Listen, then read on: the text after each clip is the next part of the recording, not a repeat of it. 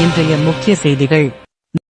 நலம் காக்கும் ஸ்டாலின் முகாமை கிருஷ்ணகிரி மாவட்டம் ஊத்தங்கரையில் ஒன்றியத்தில் அரசு ஆண்கள் மேல்நிலைப்பள்ளி வளாகத்தில் மருத்துவம் மற்றும் மக்கள் நல்வாழ்வு துறையின் நலம் காக்கும் ஸ்டாலின் திட்டத்தின் கீழ் நடைபெற்ற பல்துறை உயர் சிறப்பு மருத்துவ முகாமை பர்கூர் சட்டமன்ற உறுப்பினரும் கிருஷ்ணகிரி திமுக கிழக்கு மாவட்ட செயலாளருமான திரு மதியழகன் எம்எல்ஏ துவங்கி வைத்தார்.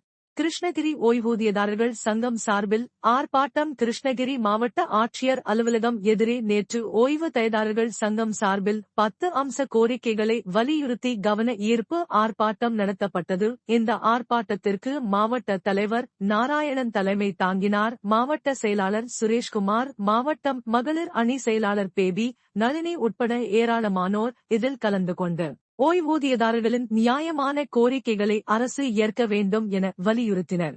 கோவை அருகே கார் விபத்தில் 5 பேர் பலி.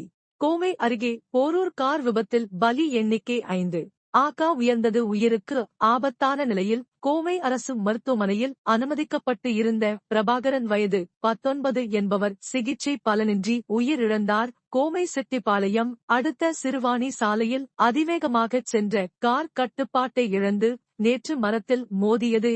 விபத்தில் இறந்தவர்களின் 2 பேர் தஞ்சை மாவட்டத்தை சேர்ந்தவர்கள் என்றும் மது போதையில் வேகமாக காரை இயக்கியதால் இந்த விபத்து ஏற்பட்டது என காவல்துறையினரின் முதற்கட்ட விசாரணையில் தெரியவந்துள்ளது.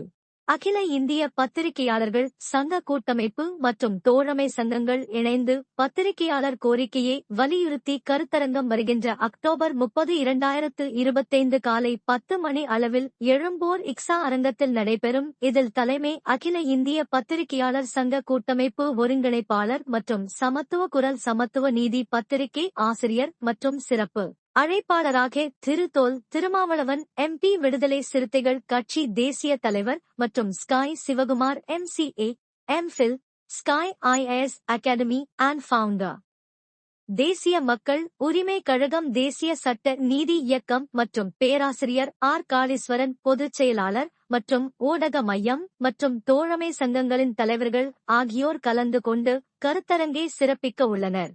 இன்றைய இயற்கை மருத்துவ குறிப்பு. கருவேப்பிலை மருத்துவ பயன்கள். செரிமானத்தை மேம்படுத்துதல். வெறும் வயிற்றில் கருவேப்பிலையை மென்று சாப்பிடுவது செரிமான பிரச்சனைகளை சரிசெய்ய உதவுகிறது.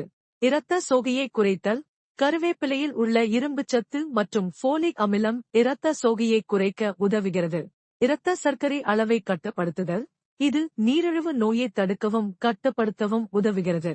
கொழுப்பை குறைத்தல். இது உடலில் உள்ள கெட்ட கொழுப்பை